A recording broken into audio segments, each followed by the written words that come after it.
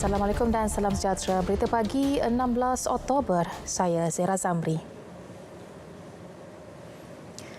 Selepas Selangor, Kuala Lumpur, Putrajaya dan Sabah, Perintah Kawalan Pergerakan Bersyarat PKPB juga akan dikuatkuasakan di Labuan bermula 12:01 tengah malam 17 Oktober sehingga 30 Oktober.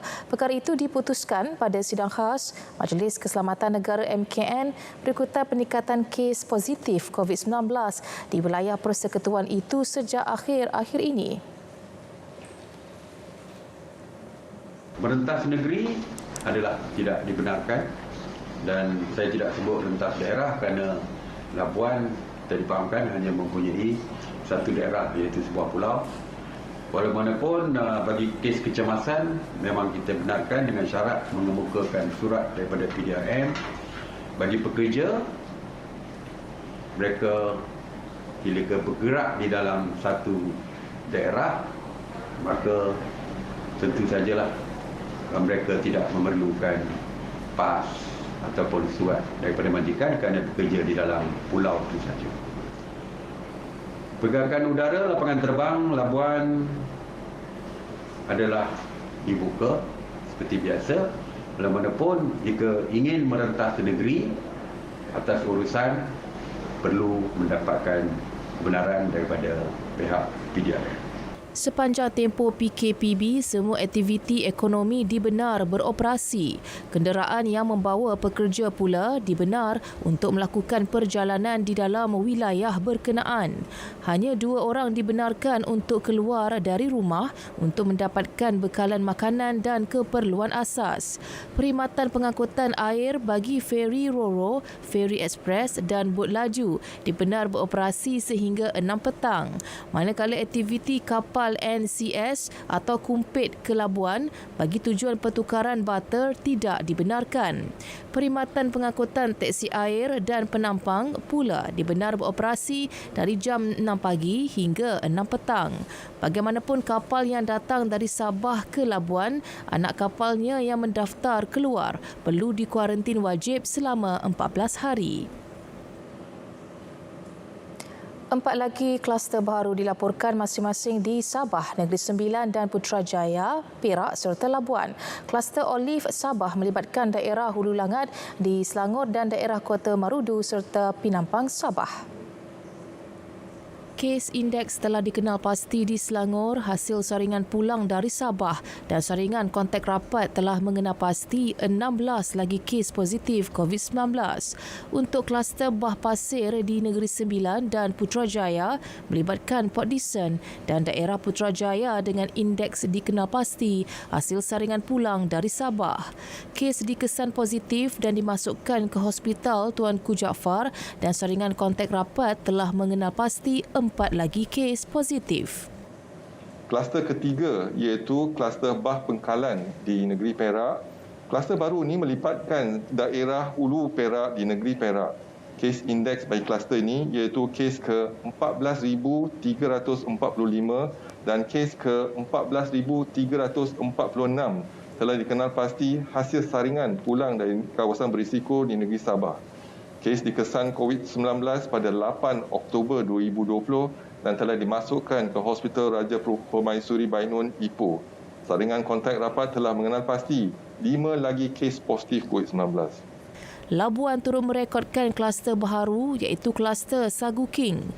Kes indeks bagi kluster ini telah dikenal pasti positif COVID-19 hasil saringan kemasukan ke Hospital Labuan pada 11 Oktober lepas. Saringan kontak rapat telah mengenal pasti 4 lagi kes positif.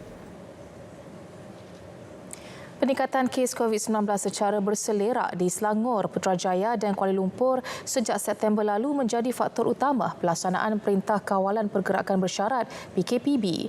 Tindakan proaktif itu telah membantu petugas kesihatan membendung penularan lebih tinggi. Wabak itu menerusi aktiviti pengesanan kontak rapat. Demikian menurut Pengarah Bahagian Kawalan Penyakit Kementerian Kesihatan KKM Datuk Dr. Nur Hayati Rusli. Strategi kerajaan melalui PKPB amat penting kerana dapat mengurangkan risiko kebolehjangkitan COVID-19 ke daerah lain. Jika dari segi peningkatan kes dan juga kluster, ia amat menyumbangkanlah kepada kita semua. Dan apabila kita lihat juga di sekitar Klang Valley ini atau Lembah Kelang seperti Selangor, Kuala Lumpur dan juga wilayah Putrajaya, kita dapati bahawa terdapat pergerakan penduduk yang begitu aktif di sekitar tiga kawasan ini, yang mana-mana mereka bergerak daripada satu daerah ke satu daerah ataupun daripada Selangor ke Putrajaya ke Kuala Lumpur, sama ada mereka bergerak ini sebab oleh bekerja ataupun mereka belajar, melancong di wilayah lain. Beliau bercakap dalam sesi temu bual dalam talian pada program Bicara DR yang disiarkan secara langsung menerusi Facebook saluran berita RTM. Solat fardu dan solat Jumaat semasa PKPB di Selangor, Putrajaya dan Kuala Lumpur boleh diteruskan dengan bilangan jemaah yang terhad bergantung kepada pertimbangan pihak berkuasa agama setiap negeri. Menteri Agama Datuk Dr. Zulkifli Muhammad Al-Bakri berkata, perkara itu diputuskan dalam mesyuarat Majlis Keselamatan Negara selain telah mendapat perkenan yang di-Pertuan Agong. Baginda memperkenankan solat Jumaat dibenarkan 50 orang jemaah manakala solat fardu tidak melebihi 20 orang jemaah. Namun jumlah tersebut tertakluk kepada keluasan Dewan Solat Masjid dan Surau dengan penjarakan fizikal 1 meter antara jemaah. Selain itu, kehadiran jemaah ditentukan jawatankuasa Qaryah Masjid dan Surau masing-masing menerusi jemputan atau kaedah terbaik diputuskan Qaryah terbabit. Tambah Datuk Dr. Zulkifli, kerajaan amat prihatin dengan usaha mengimarahkan masjid dengan pematuhan SOP yang telah ditetapkan. Dua sekolah di Masjid Tanah Melaka iaitu Sekolah Kebangsaan Teluk Berembang dan Sekolah Menengah Kebangsaan Lubuk Cina diarah tutup 7 hari selepas dua beradik disahkan positif COVID-19. Murid terbabit bersama-sama 8 anggota keluarga mereka disahkan positif COVID-19 dan mereka sudah dibawa ke Hospital Seremban. Kes ni adalah kes termasuk dalam data Negeri Sembilan. Kes kejadian berlaku di sebuah kampung di Lubuk Cina, Negeri Sembilan. Lubuk Cina ada dua, ada Negeri Sembilan dan juga Melaka. Maknanya dia sepadan lah antara Negeri Melaka dan Negeri Sembilan. Jadi kes ni memang didapati positif kes COVID-19, ada 2 orang pelajar. Iaitu salah seorangnya bersekolah di Sekolah Kebangsaan Teluk Berembang Lubuk Cina dan abang dia di Sekolah Menengah Lubuk Cina. Dan ahli keluarga yang terlibat adalah 8 orang. 8 orang yang terlibat positif kes. So, Jabatan Pendidikan Negeri Melaka telah pun mengambil langkah-langkah membuat penutupan sekolah bermula daripada hari ini sehingga ke 21 April 10. Siasatan awal mendapati pelajar terbabit mendapat jangkitan COVID-19 daripada ibu saudara mereka yang baru pulang dari Labuan. Usaha mengesan kontak rapat pelajar berkenaan khususnya dalam kalangan warga sekolah giat dijalankan. Seorang pekerja Proton di Shah Alam telah disahkan positif COVID-19 selepas dihantar ke pusat rawatan kerajaan. Sehubungan itu, aktiviti pengesanan kontak rapat sedang dijalankan dan yang terlibat diarah menjalankan kuarantin di rumah masing-masing. Proton dalam satu kenyataan media memaklumkan kerja sanitasi dan pembasmian kuman telah dijalankan di kawasan terlibat. Syarikat itu juga mengesahkan kadar kebolehjangkitan wabak itu amat rendah. Ini kerana pekerja terlibat hanya bertugas di bahagian penyelidikan dan pembangunan tanpa melibatkan interaksi dengan orang awam.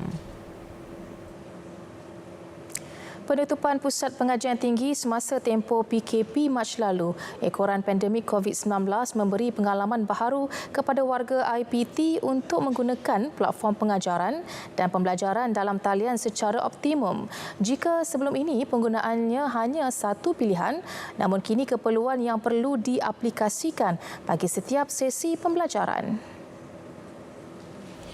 Bagi pensyarah, pengalaman baru ini memerlukan mereka meningkatkan kemahiran dalam teknologi maklumat dan penilaian dalam talian. Di Universiti Sultan Zainal Abidin, UNIZA, Kuala Nerus, antara cabaran yang ditempuhi bukan setakat meningkatkan kemahiran IT, malah para pensyarah terpaksa menggubal semula soalan peperiksaan untuk disesuaikan dengan platform dalam talian. Bagaimanapun, 90% pelajar berjaya mencapai keputusan yang baik melalui kaedah itu. Kena mengajar sepenuhnya secara online. Jadi cabarannya ialah kita kena kreatif. Sebagai pensyarah, kita kena kreatif sebab kita tak boleh guna hanya satu bentuk source sahaja. Sebab kalau tak, kita nak engage student untuk terus dengar kita punya lecture dan faham. Susah sebab dia ada di sebalik tabir. Peranan pensyarah itu perlulah kreatif dalam proses pembelajaran. Okey, sebagai contoh, kita boleh membuat aktiviti. Sebagai contoh, pelajar menyediakan video pendek. Ya, video pendek seperti 2-3 minit video dan boleh dia hantar melalui WhatsApp ataupun Telegram. Selain platform yang disediakan universiti, media sosial turut dimanfaatkan. Bagaimanapun, bagi mahasiswa pula, sekiranya diberi pilihan, mereka lebih memilih untuk menjalani pembelajaran secara bersemuka. Online ni kadang-kadang macam kita ada internet connection punya problem, dia akan jadi lambat sikit. Atau kalau kita nak bertanya dengan ni, akan berselisih dengan rakan-rakan sekelas yang lain lah, kalau mana yang nak tanya juga. Okey, untuk kelas online ni memang kita ada cabaran kalau kita lihat, sebab sebelum ni kita penggunaan kelas online kita tidak 100% sepenuhnya, tetapi bila berlaku PKP kita kena bersedia untuk tidak bersedia, di mana kita lihat bahawa pembelajaran online kelas ni dia memerlukan suasana yang kondusif untuk belajar, dan di mana ketika itu kita lihat bahawa PKP itu kita memerlukan rangkaian internet yang kuat dan juga kita memerlukan fokus. Dia tertentu kepada individu tersebut. Kadang-kadang kita depends lah. Kalau contoh macam kita study lebih bersungguh-sungguh, insya-Allah walaupun dia online ataupun face to face, tapi tetap akan result tu akan gempak lah. Selain itu, bagi memastikan proses pembelajaran dalam talian berjalan lancar, pelbagai insentif disediakan termasuk pembelian komputer riba dan data percuma.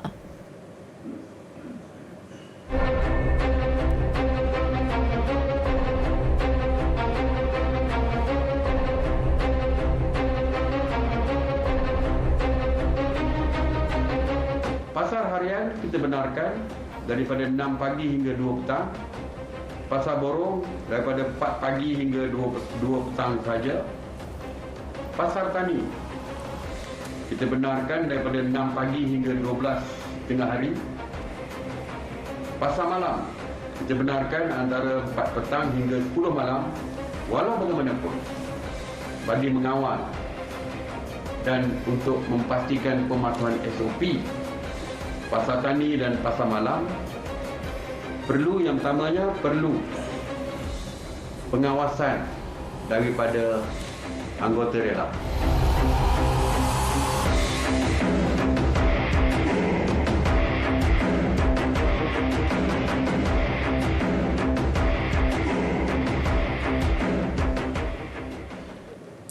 Menteri Kerajaan Tempatan dan Perumahan Sabah, Datuk Seri Masidi Manjun mengesahkan Sabah mencatat 304 lagi kes positif COVID-19, menjadikan jumlah akumulatif kes di negeri berkenaan kini 5,797 kes. Seramai 2,322 pesakit dilaporkan telah sembuh dan 3,429 pesakit lagi sedang menerima rawatan di dalam ward.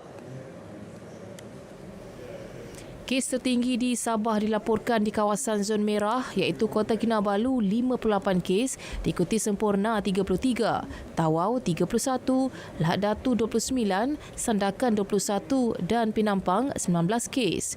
Kes baru turut dicatatkan di 13 daerah lain dengan 3 kematian turut direkodkan. Dalam pada itu, Datuk Masidi turut memaklumkan pengagihan 26,178 bakul makanan kepada golongan sasar sedang berjalan lancar. Pelaksanaan PKPB di seluruh Sabah yang bermula 13 Oktober lalu juga membatalkan semua arahan sebelum ini yang melibatkan PKPB di 11 daerah. Bagaimanapun ia tidak melibatkan SOP PKPD di 10 lokaliti yang sedang melaksanakan PKPD. Pasar malam, pasar tani dan tamu masih tidak dibenarkan beroperasi sepanjang tempoh ini. 154 pesakit di Sabah telah sembuh, menjadikan jumlah kumulatif kes sembuh 2,208 orang, manakala 3,242 pesakit sedang dirawat di hospital seluruh negeri. Pengarah Kesihatan Negeri Datuk Dr. Christina Rundi dalam infografik yang dikongsi dalam Facebook Jabatan Kesihatan Negeri memaklumkan jumlah individu dikuarantin di seluruh negeri meningkat kepada 11,612 orang berbanding 10,929 Selasa lalu. Sebanyak 27 kluster COVID-19 aktif di seluruh negeri. Antaranya kluster Benteng LD yang mencatat kes keseluruhan tertinggi dengan 1,044. Diikuti kluster Bangau-Bangau di Sempurna 430 dan 236 kes kluster 7 serangkai di Tuaran. Sebanyak 429 kes baharu direkodkan melibatkan 20 daerah di negeri itu, menjadikan jumlah kumulatif COVID-19 meningkat kepada 5,493. Sandakan merekodkan kes baharu tertinggi dengan 97 kes.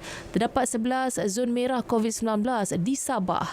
Angka korban akibat COVID-19 di Sabah turut meningkat kepada 43 dengan pertambahan 4 kematian. Selain itu, 20 notis tawaran kompaun dikeluarkan menerusi operasi bersepadu hasil pemeriksaan ke atas 283 premis kerana pelanggaran SOP. 1,454 kompaun dikeluarkan sejak penguatkuasaan arahan Perintah Kawalan Pergerakan PKP dikuatkuasakan Mac lalu hingga Perintah Kawalan Pergerakan Bersyarat PKPB. Pesuruhjaya Polis Sabah Datuk Hazani Ghazali dalam sidang media di Kota Kinabalu berkata, rata-rata kesalahan yang direkodkan adalah kerana tidak mengamalkan penjarakan fizikal di tempat awam dan tidak memakai pelitup separuh muka. Dalam tempoh sama, 1,889 tangkapan dibuat dengan 47 tangkapan. 1,210 daripadanya dituduh di mahkamah. Bagi tangkapan PKPB, Polis Sabah telah membuat 47 tangkapan. Dan kali ini, kami tak akan berkompromi lagi. Tak akan bertolak ansur untuk mengeluarkan kompaun dan juga membuat tangkapan terhadap kesalahan-kesalahan sekiranya engkar SOP yang telah dikeluarkan. Kita tak akan biarkan lagi perkara-perkara yang remeh-temeh yang perlu diingatkan setiap masa oleh pihak berkuasa, terutama daripada Kementerian Kesihatan. Datuk Hazani juga memaklumkan sebanyak 248 pasukan pemantau diwujudkan dengan kerjasama pelbagai pihak. Ketidakstabilan permintaan dan penawaran pasaran menyebabkan berlakunya lambakan unit kediaman tidak terjual. Penularan COVID-19 lebih memburukkan keadaan apabila lebih 31,600 unit kediaman tidak terjual bagi separuh tahun pertama 2020.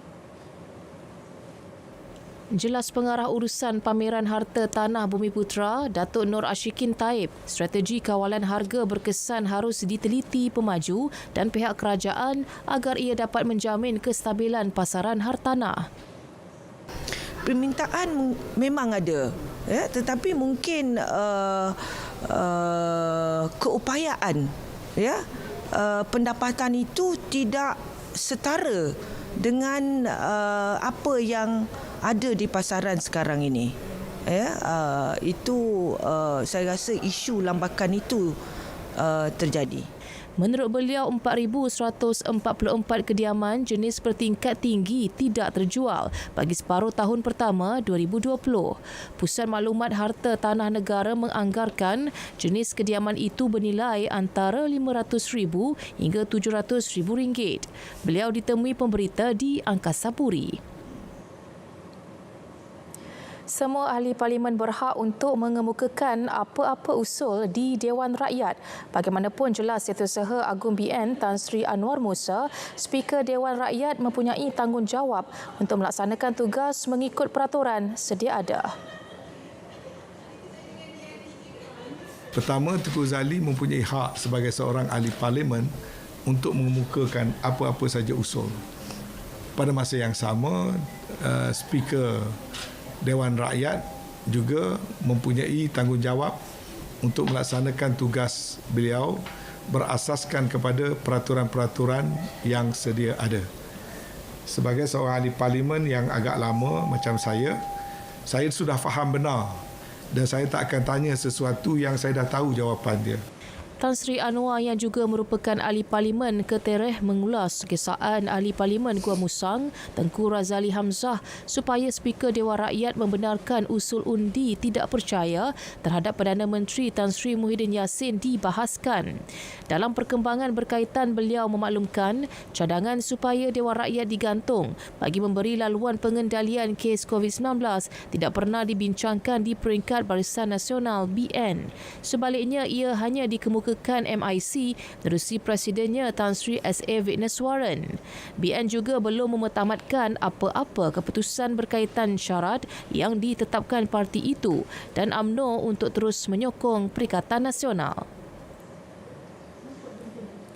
PAS merafakkan setinggi-tinggi junjung kasih ke hadapan Yang di-Pertuan Agong Al-Sultan Abdullah Riayatuddin Al-Mustafa Billah Shah atas kebijaksanaan dan langkah berhikmah baginda menyelesaikan sebarang kemelut termasuk politik sehingga berjaya membawa kepada ketenangan, keharmonian dan kestabilan negara. Setiausaha Agung PAS Datuk Taqiyuddin Hassan menegaskan parti itu yakin tindakan Al-Sultan Abdullah adalah berdasarkan kuasa prerogatif dan budi bicara seperti diperuntuk perlembagaan berkonsepkan Raja Berperlembagaan. Menerusi satu kenyataan, beliau turut menyeru parti politik yang diberi amanah membentuk kerajaan baginda yang dipimpin Tan Sri Muhyiddin Yassin selaku Perdana Menteri diberi sokongan padu tanpa diganggu-gugat. Tegasnya, jemaah kabinet yang dianggotai Barisan Nasional, Perikatan Nasional, Gabungan Parti Sarawak, PAS dan Gabungan Rakyat Sabah mesti bertindak secara kolektif dan bertanggungjawab memberikan keutamaan dan fokus kepada kesejahteraan rakyat. Ia penting terutama dalam tempoh sukar di mana semua pihak berusaha bertungkus lumus menangani penularan semula pandemik COVID-19 serta langkah memulihkan ekonomi negara.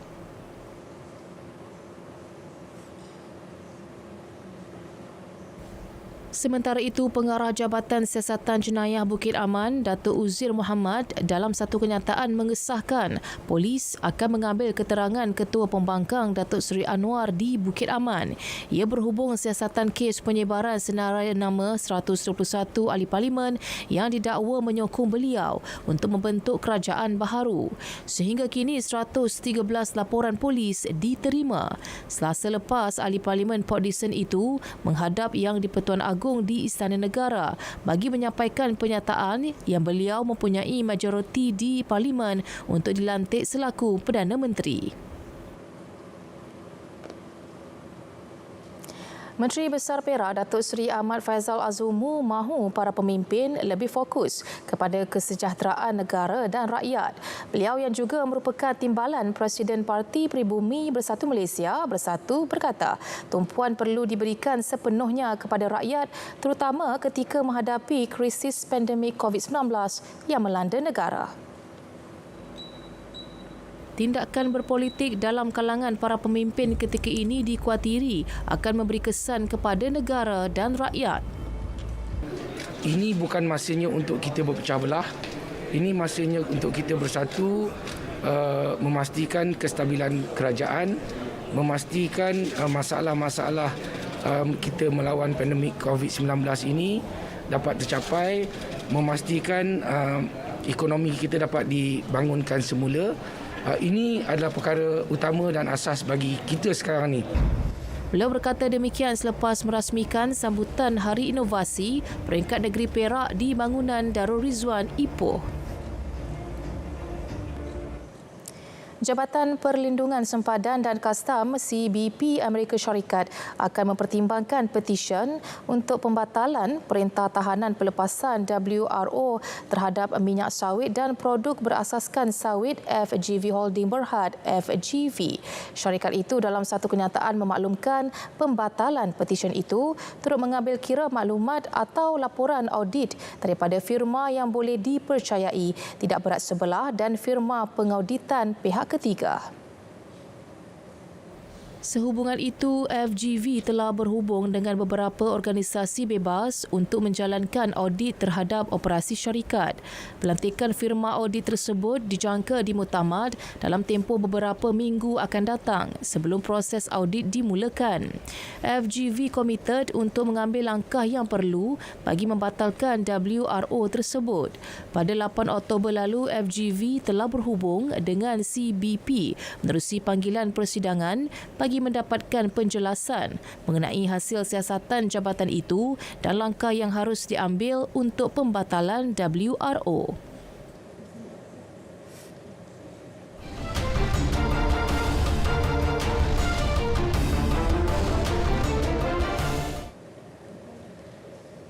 Sepanjang tempoh Perintah Kawalan Pergerakan Bersyarat PKP di Selangor, Kuala Lumpur dan Putrajaya, atlet kebangsaan hanya dibenar meneruskan latihan di pusat latihan dengan SOP ketat.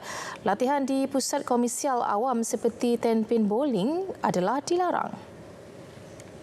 Pengarah bahagian persediaan atlet Majlis Sukan Negara Jeffrey Ngadirin berkata beberapa sukan seperti rugby dan bowling padang menghentikan latihan sepanjang tempoh PKPB.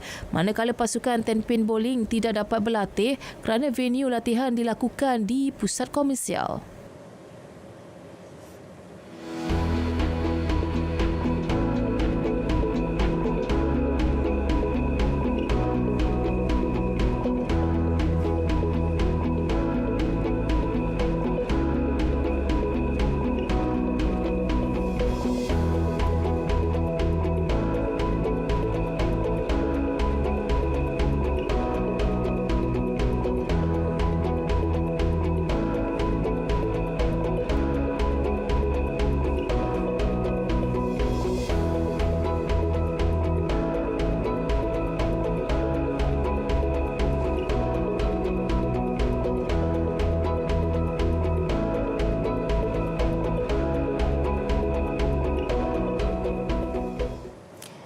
Baik, berita pagi berakhir di sini. Bersama-sama kita terus mengekang penularan COVID-19.